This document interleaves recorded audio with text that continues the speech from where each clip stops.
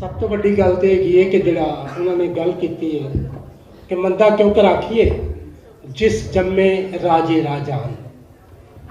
बाबा नानक कहता है कि भलिया लोका तू उन्होंने बुरा क्यों कहना है जिहड़ी बादशाहां नूं पैदा करती है, जिहदे पेटों बली पैदा होंदे ने, जिहदे पेटों औलिया पैदा होंदे ने, पैगंबरां नूं जम्मदी है तो फिर वो अद्धी हो जाती है। वो किस तरह अद्धी हो जाती है? ਉਹਦੇ पेटों जम्मण वाला जोड़ा है वो तो पूरा है, उसकी गवाही भी पूरी है, वो हर चीज़ ही पूरी है, तो जिदे पेटों जमदा पिया है वो अद्धी किवें हो गई? ये बहुत बड़ा सवाल है जिसका जवाब शायद मेरे को तो नहीं है, हो सकता है किसी और को होवे। लेकिन एक गल मैं कहांगा कि बाबे बुल्ले शाह या बाबे नानक के दरमियान जिहड़ी एक सांझ है ना वो एक दे नाल नहीं है। मैं इन्हें थोड़ा जिहा पिछे तो गल शुरू करांगा कि गल हैगी है कि बाबा फरीद जी साडे पहले शायर ने, तो बाबा फरीद जी कहंदे ने कि देश भराए फैसला साई मुझे ना दे, क्या मेरे रब मैनू किसी बगाने की जूह च ना रखे, गुलामी ना देवी मैनू, जे तू एवें रखसे ले शरीरों ले, जे तेरी यही ख्वाहिश है कि मैं किसी का गुलाम बन के रवां तो फिर मेरी एको दुआ है कि मेरे शरीर के विचों मेरी रूह कढ ले। बाहर पराए फैसला साई मुझे ना दे, जे तू एवें रखसे लै शरीरों ले। और बाबे तो बाद फौरी तौर पर जो अगला बाबा साढ़े को आंदा है वो है बाबा नानक। तो बाबा नानक बाबर बाणी रचता है। बाबर बाणी की कहती है? बाबर बाणी 4 नज़मां ने, 4 पोएम ने गुरु ग्रंथ साहब के अंदर, और उन्होंने सारिया के अंदर उन्हें उस जंग का नक्शा खिंचा है जिहड़ी एमनाबाद से लड़ी गई, जिसका वो चशमदीद गवाह है। और वो गवाही नूं अज तिकर किसी तारीखदान ने, किसी भी तारीखदान ने बाबे नानक जी उस चशमदीद गवाही नूं नहीं मन्निया, कोई तारीख उन्होंने थां नहीं दिती।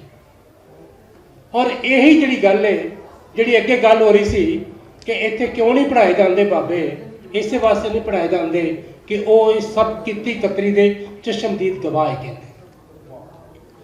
जैसी आवे जैसी मैं कसम, जैसी आवे जैसी मैं आवे कसम हाँ, की बाणी, हाँ तसला करी ज्ञान वे लालू, पाप की जंज ले काबलों तो आया। हुण पाप की जंज कौन लैके आ रहा है? बाबर के बारे च गल कर रहा है बाबा नानक कि जैसी मैं आवे कसम की बाणी तैसला करी ज्ञान वे लालू, कि जिवें मेरे रब वालों फरमान आ रहा है या मैनू सोच आ रही है, सूझ आ रही है, सुरत आ रही है, तू भी उसी तरह ध्यान देवी। लालू कौन है? आ सारे लालू बैठे हुए इन्हों कह के गया है, पर इन्होंने अज तक कदे ध्यान नहीं दिता कि जैसे आवे जैसे मैं कसम की बाणी तैसना करी ज्ञान वे लालू, पाप की जंज लै काबलों तो आया। बाबर कौन है? जिहड़ा कि पाप की ते गुलामां की जंज लैके काबल तो हमलावर हो रहा है।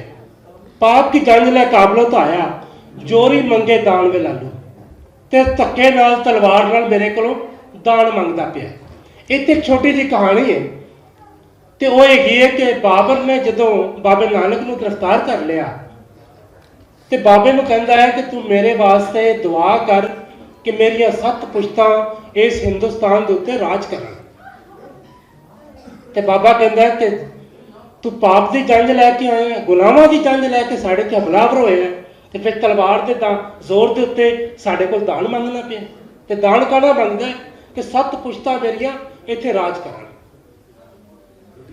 ये वो गल है कि जिहड़ी बाबे ने उहदे मूँह के उत्ते कही, जिहदा वो चशमदीद गवाह है और उहदे दरबार च खलो के कह रहा है, जदों कि आसे पासे फौजा भी मौजूद है।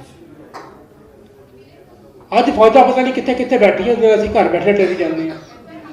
हाँ असीं घर बैठे डरी जाते हैं कि फौजा कितने कितने बैठी हुई हैं।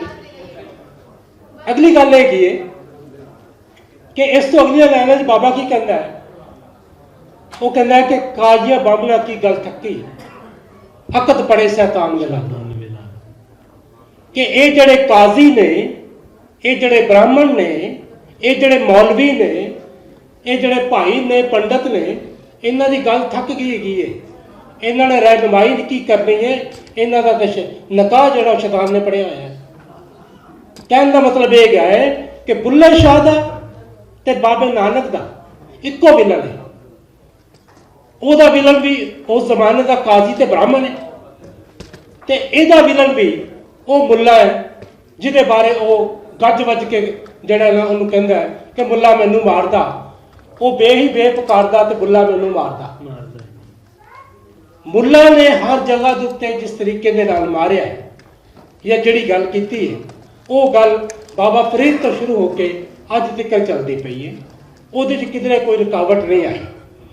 जे बुल्ले शाह कहता है कि मूँ 12वीं सदी पसारिया, सानू आ मेरे यार प्यारिया, इतने आपो अपनी पै गई, धी मां नूं लुट के लै गई, मूँ 12वीं सदी पसारिया, सानू आ मेरे यार प्यारिया। ते बाबा की कहता है? बाबा कहता है गगन दमामा बाजियो, भरियो निशाने घाओ, केत जो मांडो सूरमा, अब जूजन को दाओ, सूरा सो पहचानिए जो लड़े दीन के हेत, पुरजा पुरजा कट भरे कबू न छाड़े केत। बाबा नानक बड़े गज वज के कहता है कि गगन दमामा बाजियो, आसमानों के उत्ते ढोल बज गए हैं, नगारे खड़क गए हैं।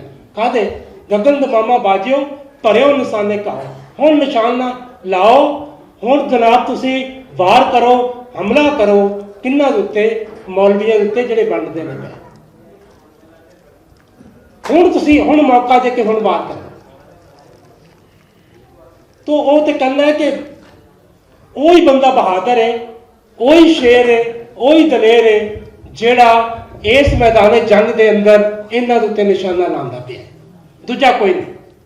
जो नवे दीन के हेत पुरजा पुरजा कट मारे, एक एक पुरजा पुरजा होके कट्टिया जावे, मारिया जावे, लेकिन अपने उस सच तो, अपने केत तो, अपनी सच्चाई तो पिछे ना हटे।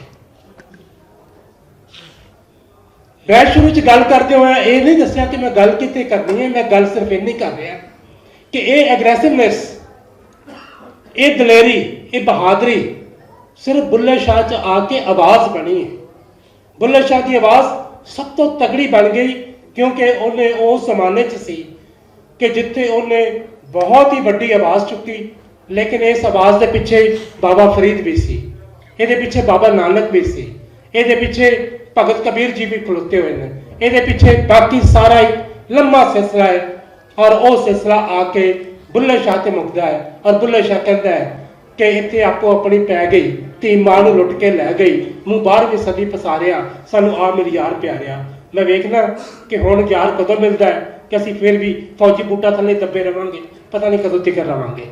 शुक्रिया, बहुत धन्यवाद।